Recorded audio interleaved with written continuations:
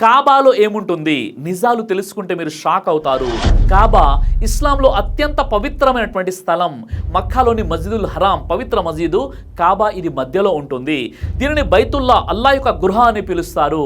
ముస్లింలు రోజు 5 వేళల నమాజ్ చేసేటప్పుడు కాబా వైపు అంటే కిబ్లా వైపు ముఖం పెడతారు. హజ్ మరియు ఉమ్రా సమయంలో ముస్లింలు కాబా చుట్టూ 7 సార్లు తవాఫ్ అంటే ప్రదక్షిణ చేస్తారు.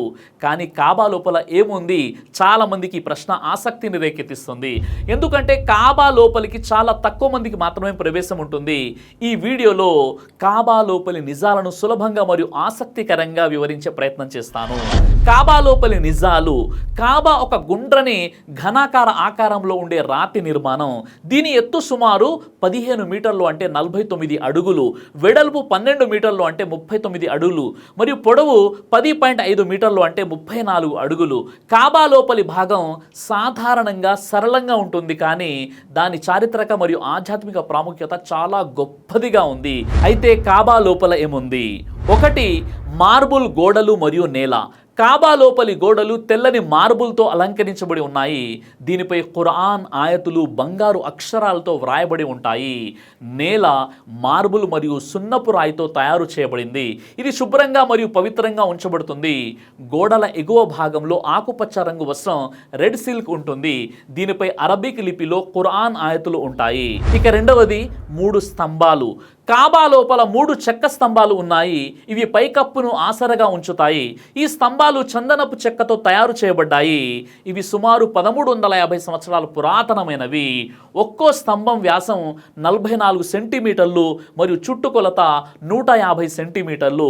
ఈ స్తంభాలు పైకప్పును బలంగా ఉంచడానికి సహాయపడతాయి. ఇక 3వ పాయింట్, బంగారు మరియు వెండి దీపాలు. కాబా లోపలి పైకప్పు నుండి బంగారు మరియు వెండి లాంతర్లు అంటే ల్యాంపులు వేలాడుతూ ఉంటాయి. ఈ లాంతర్లు ఒకప్పుడు నూనెతో వెలిగించబడేవి, కానీ ఇప్పుడు అవి అలంకారంగా ఉంటాయి. వీటిని వివిధ ఇస్లామిక్ పాలకులు బహుమతిగా ఇచ్చారు మరియు కొన్ని లాంతర్లపై ఖురాన్ ఆయతులు మరియు పాలకుల పేర్లు చెక్కబడి ఉన్నాయి. ఇక 4వ పాయింట్, 8 శిలాఫలకాలు. కాబా లోపలి గోడలపై 8 శిలాఫలకాలు ఉన్నాయి. ఇవి కాబాను పునర్నిర్మించిన లేదా రిపేరు చేసిన పాలకుల పేర్లను సూచిస్తాయి. ఈ శిలాఫలకాలు కూడా చరిత్రను సూచిస్తాయి. ఇక 5వ పాయింట్, ప్రవక్త ముహమ్మద్ సల్లల్లాహు అలైహి వసల్లం నమాజ్ చేసిన స్థలం. కాబా లోపల నేలపై ఒక నిర్దిష్ట స్థలంలో ప్రవక్త ముహమ్మద్ సల్లల్లాహు అలైహి వసల్లం వారు నమాజ్ చేసినట్లు గుర్తించబడినటువంటి గుర్తు ఉంది. సౌదీ అరేబియా రాజవంశస్థులు ఆ స్థలంలో నమాజ్ చేస్తారు. ఇక 6వ పాయింట్, సుగంధ ద్రవ్యం యొక్క స్పర్శ. కాబా లోపలి మార్బుల్ గోడలను బయట ఉన్న హజరే అల్ అస్వద్ బ్లాక్ స్టోన్ పై వేసే సుగంధ ద్రవ్యంతోనే అలంకరిస్తారు.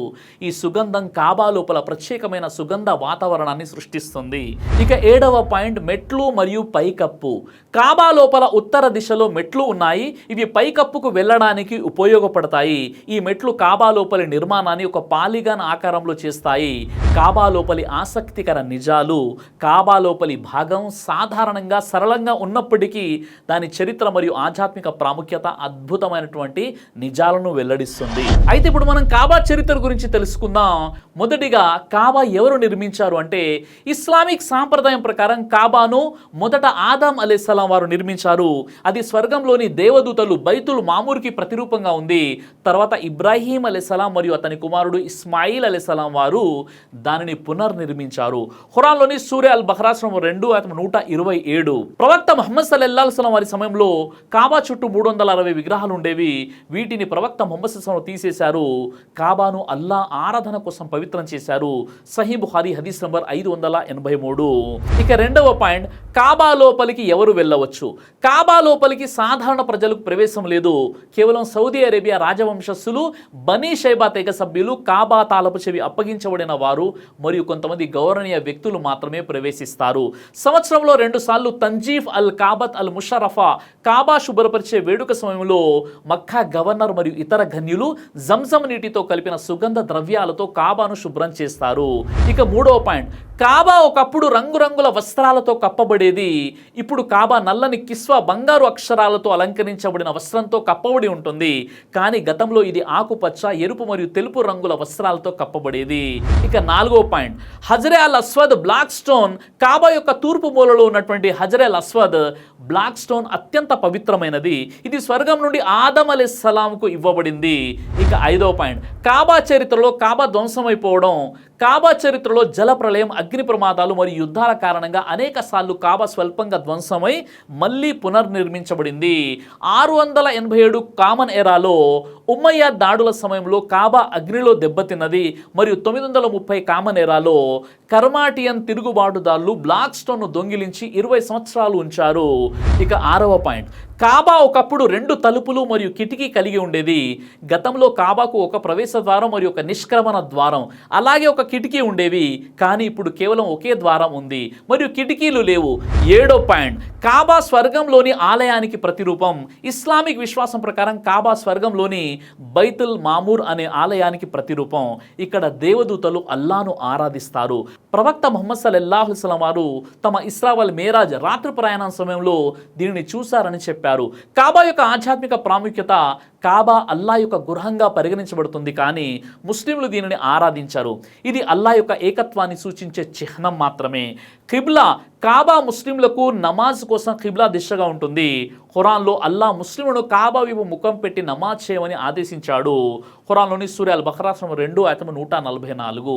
హజ్ మరియు ఉమ్రా, కాబా చుట్టూ తవాఫ్ చేయడం హజ్ మరియు ఉమ్రా యొక్క ముఖ్యమైనటువంటి ఆచారం. ఇది ముస్లింల ఐక్యతను మరియు అల్లాపై భక్తిని సూచిస్తుంది. అయితే కాబా చరిత్ర గురించి ఇప్పటి వరకు నేను చెప్పినటువంటి విషయాల్లో చాలా మందికి తెలియని కొన్ని షాకింగ్ నిజాలను సంక్షిప్తంగా తెలియజేస్తాను. మొట్టమొదటిగా, కాబా లోపల విద్యుత్ లేదు. కాబా లోపల విద్యుత్ లైట్లు లేవు. బంగారు మరియు వెండి లాంతర్లు అలంకారంగా ఉంటాయి. ఇక 2, బ్లాక్ స్టోన్ దొంగిలించబడింది. 930 కామన్ ఎరాలో కర్మాటియాన్ తిరుగుబాటుదారులు బ్లాక్ స్టోన్ను దొంగిలించి 20 సంవత్సరాల తర్వాత తిరిగి ఇచ్చారు. ఇక 3వది, కాబా ఒకప్పుడు బహుదేవత ఆలయంగా ఉండేది. ముహమ్మద్ ప్రవక్త సల్లల్లాహు అలైహి వసల్లం రాకకు ముందు కాబా చుట్టూ 360 విగ్రహాలు ఉండేవి. వీటిని ప్రవక్త ముహమ్మద్ సల్లల్లాహు అలైహి వసల్లం వారు తీసేశారు. సహీహ్ బుఖారీ హదీస్ నంబర్ 583.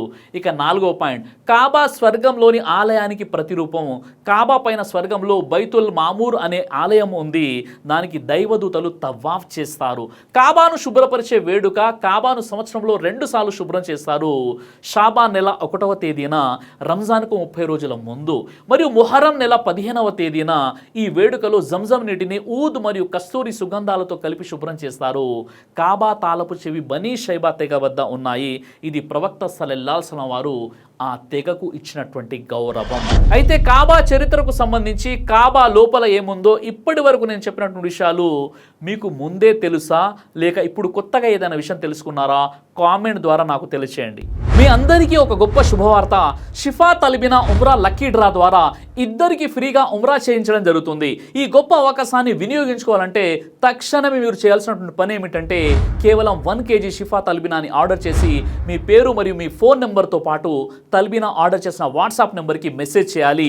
ఈ ఉమ్రా ఆఫర్ అనేది 14 జూలై సోమవారం 2025 నుండి 45 రోజుల వరకు, అంటే ఆగస్టు 27 బుధవారం 2025 రాత్రి 8 గంటల వరకు ఉంటుంది.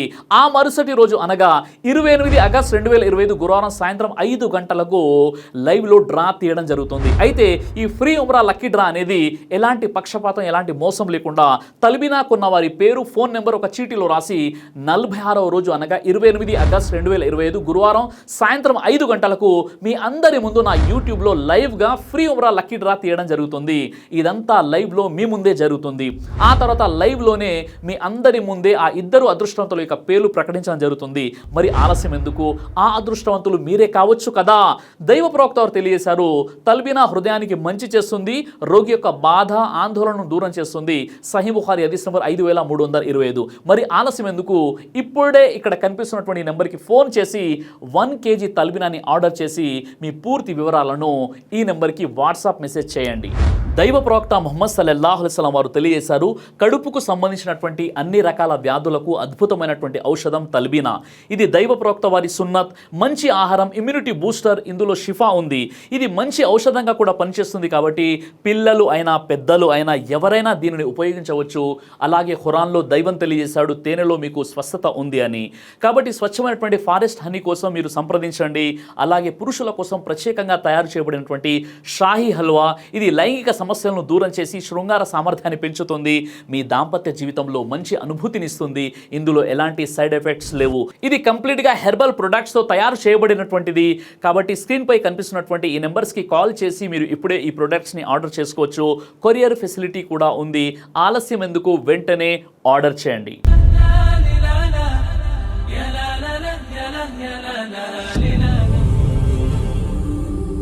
బ్రదర్ సిరాజ్ అని యూట్యూబ్ ఛానల్ని మీరు సబ్స్క్రైబ్ చేసినట్లయితే ఇన్షాల్లా దైవచిత్తం అయితే మీకు వీడియోస్ వస్తుంటాయి. అదేవిధంగా బ్రదర్ సిరాజ్ అనేటటువంటి ఫేస్బుక్ని కూడా లైక్ చేయడం వల్ల మీకు వీడియోస్ వస్తుంటాయి.